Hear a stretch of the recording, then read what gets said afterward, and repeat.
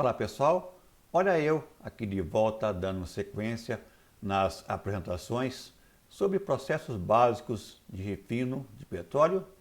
Vimos que tudo começa nas unidades de destilação, pré-flash, atmosférica e a vácuo. No meio da torre de vácuo sai a matéria-prima, ou carga, para as unidades de caqueamento catalítico, conforme vimos na apresentação anterior. No fundo da torre de vácuo sai a carga para as unidades de coqueamento retardado, que vamos ver na sequência. O que vem a ser coqueamento retardado? É um processo de craqueamento térmico utilizado em refinarias, com o objetivo de aumentar a conversão dos resíduos de destilação de petróleo, exemplo, resíduo de vácuo, resíduos atmosféricos, óleos decantados, transformando-os em produtos mais leves e de maior valor agregado. Como sempre, eu começo mostrando o sistema de pré-aquecimento da carga, que é onde tudo começa. Nesse caso específico, o resíduo de vácuo é armazenado em tanques. Bombas fazem a sucção e conduz até a torre fracionadora principal da unidade. Coloquei aqui uma numeração fictícia apenas para facilitar o entendimento. Troca calor com gasóleo leve, também com gasóleo médio. Na sequência, troca calor com gasóleo pesado, processos dessa torre fracionadora principal. Sistema de fornos e reatores. Uma unidade de processamento pode possuir um forno, 2 fornos ou 3 fornos, um par de reator, 2 pares e 3 pares, um forno para cada par de reatores. Varia conforme a capacidade de processamento de cada unidade. A matéria-prima é injetada no fundo da fracionadora principal e no fundão da torre a matéria-prima é succionado por potentes bombas, dividindo em 2 ramais, no forno A e no forno B. Nesse caso específico, o forno A alimenta os reatores A e B e o forno B os reatores C e D. Observe que a carga é injetada no fundo. Uma válvula direciona o fluxo ora para o reator A, ora para o reator B. Da mesma forma para os reatores C e D. Nessa foto podemos ver alguns reatores, na frente fornos. Essa estrutura acima dos tambores é para suportar uma haste, que na parte inferior possui uma broca. No processo, os tambores são enchidos de forma lenta com óleo pesado até chegar próximo ao topo. Quando é resfriado, esse resíduo é solidificado, formando assim uma grande pedra de coque dentro do reator. E para retirá-lo, é necessário quebrá-lo em pedacinho. Isso é feito com essa broca. Primeiramente, faz-se um furo na parte central do reator até a base. Na sequência, injeta-se água em alta pressão, de forma que essa haste, no movimento giratório, quebra esse coque, de forma que seja possível fazer a sua remoção, abrindo uma boca na parte inferior do reator. Esse coque, então, é enviado para o pátio de armazenamento.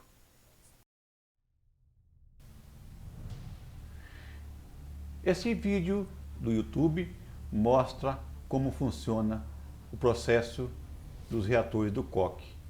Observe que os tambores são enchidos aos poucos, formando uma grande pedra. Na sequência vem uma broca com água em alta pressão. O coque sendo removido no fundo.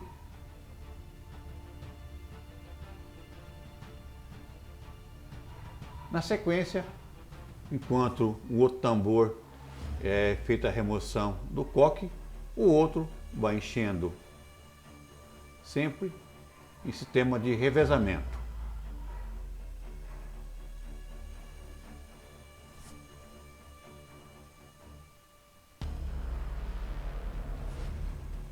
Assim funciona com os próximos pares de reatores.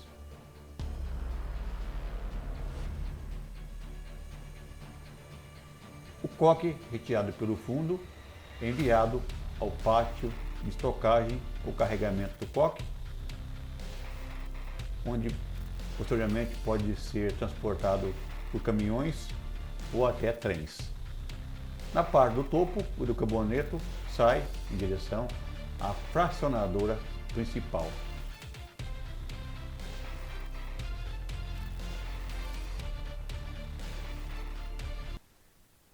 A fracionadora é a principal torre da unidade, por esse motivo eu coloquei torre 1. Como vimos no slide anterior, entrada da carga, saindo pelo fundo, passando por fornos, entrando no fundo dos reatores, e pelo topo saem os hidrocarbonetos que retornam a essa fracionadora principal. No topo saem os hidrocarbonetos leves, como GLP, gás combustível e a nafta. Na parte central sai o gasóleo pesado, que aquece a carga, resfriado com água de resfriamento, tanque.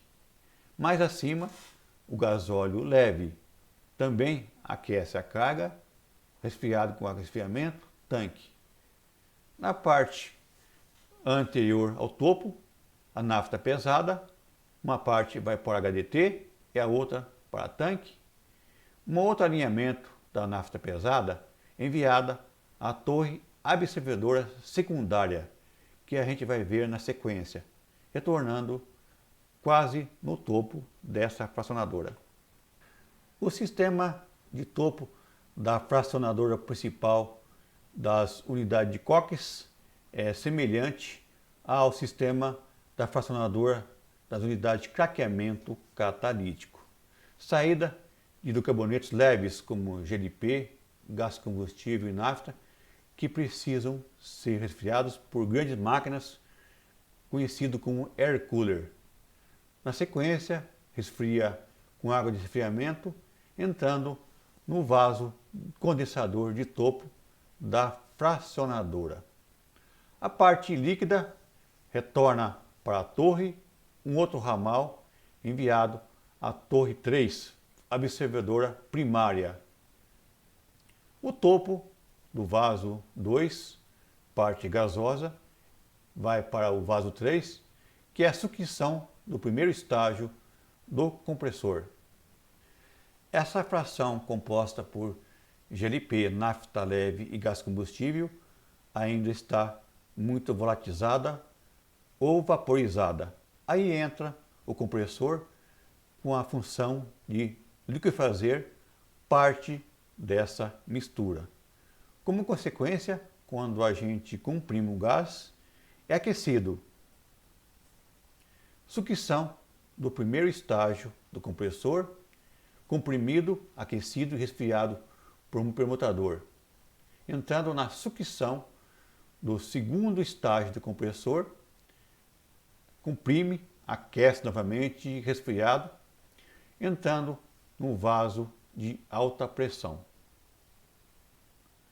No fundo desse vaso, a fase líquida enviada à torre retificadora de gasolina. O topo, a fase gasosa enviada à torre absorvedora primária. O topo sai e encaminhado à torre absorvedora secundária, e a fase líquida, a mistura de GLP e nafta leve, enviado à torre desbutanizadora. Sistema das torres 3, 4, 5 e 6, lembrando que esses números são fictícios, apenas para facilitar o entendimento do processo. Podem ser outros números. Relembrando que a torre 3 é absorvedora primária, torre 4 retificadora de gasolina, torre 5 absorvedora secundária e a torre 6 desbutanizadora, começando pelo vaso de alta pressão que recebe a carga do segundo estágio do compressor.